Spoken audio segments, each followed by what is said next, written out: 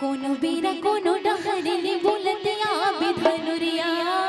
मोर सवरी ने घर राखी हवा बड़े मिठ मिठ बोइला भरी धनुरिया गरीबी ने तोरे बर कोनो बीरा कोनो डहरने बोलतिया बिधनुरिया मोर सवरी ने घर राखी हवा बड़े मिठ मिठ बोइला भरी धनुरिया गरीबी ने तोरे बर सपना